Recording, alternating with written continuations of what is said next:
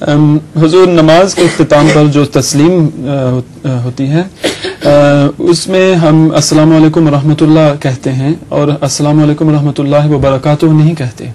اس کا فلسفہ کیا ہے؟ فلسفہ یہی ہے کہ رسول اللہ صلی اللہ علیہ وسلم نے السلام علیکم ورحمۃ اللہ سکھایا ہے صرف، اور برکاتہ ساتھ نہیں کہا.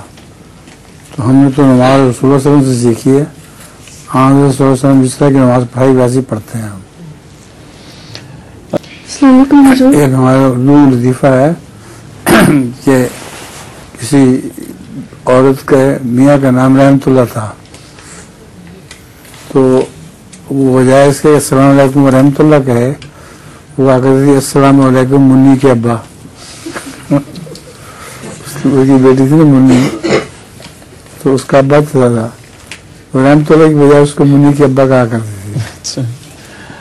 پنجاب میں تو رواج ہے خامد کا نام نہیں لیتی، اس لیے رحمت اللہ اس کا نام بھی تھا اتفاق سے، اس لیے وہ کرتی تھی اس طرح.